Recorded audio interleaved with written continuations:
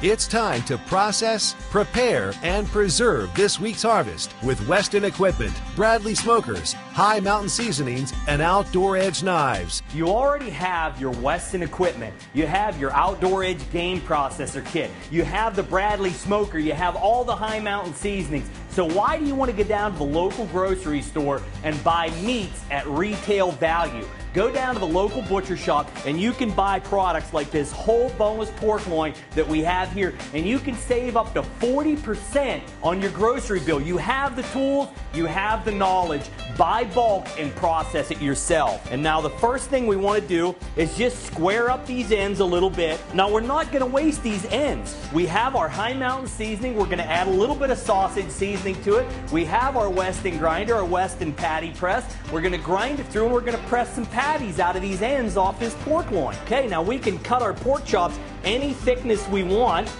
There's a nice chop right there, about 1 inch thick.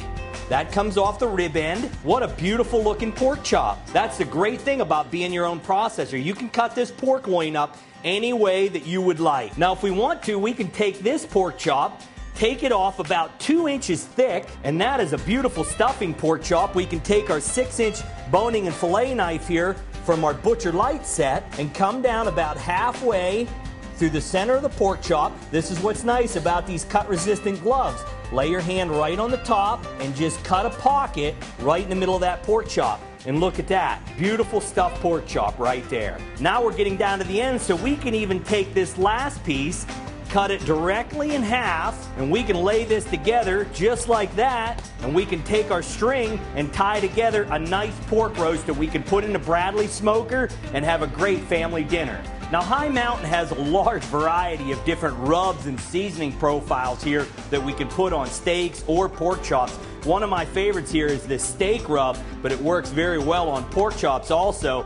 We can take this and we can put it right on top of our thin half-inch chop. Now on our 1-inch chops, another one of my favorites is this Cajun Campfire. Season both sides of our pork chop. There we go. Now we'll take our stuffed pork chops and we can fill those up with homemade stuffing, pack them good and full, and now we'll use the High Mountain garlic pepper rub on the outside of our stuffed pork chop. Put some on both sides of our chop. Now the last item that we have to prepare here is our boneless pork loin roast. Now one thing that I like to do when I'm seasoning my pork loin roast, I like to cut about 1-inch slits parallel right through my pork loin here on both pieces, both sections, using our 6-inch boning and fillet knife here. And now we'll take our High Mountain Western Sizzler seasoning and we're just gonna put it right down inside those slits. This is gonna give us a very nice penetration of seasoning right into the center of this pork loin. Now we'll put it on the outside of our roast as well. Now one other little trick that I like to do here that really puts a little pizzazz into this pork loin is I'll take a bacon end here and slice it down. I'll take little pieces of bacon and stick it right in the center of that pork loin. And what this is going to do is give it a really good smoke flavor right in the center of that pork loin.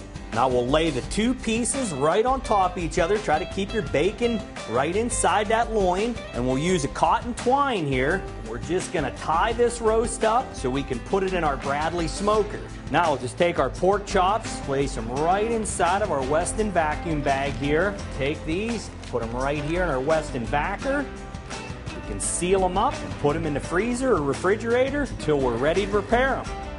See our full line of instructional game processing DVDs on our website at OutdoorEdge.com. Now we've placed our marinated pork roast along with our stuffed pork chops inside of our Bradley smoker. We've preheated and pre-smoked the smoke box, so we'll begin adhering that good natural smoke flavoring right away.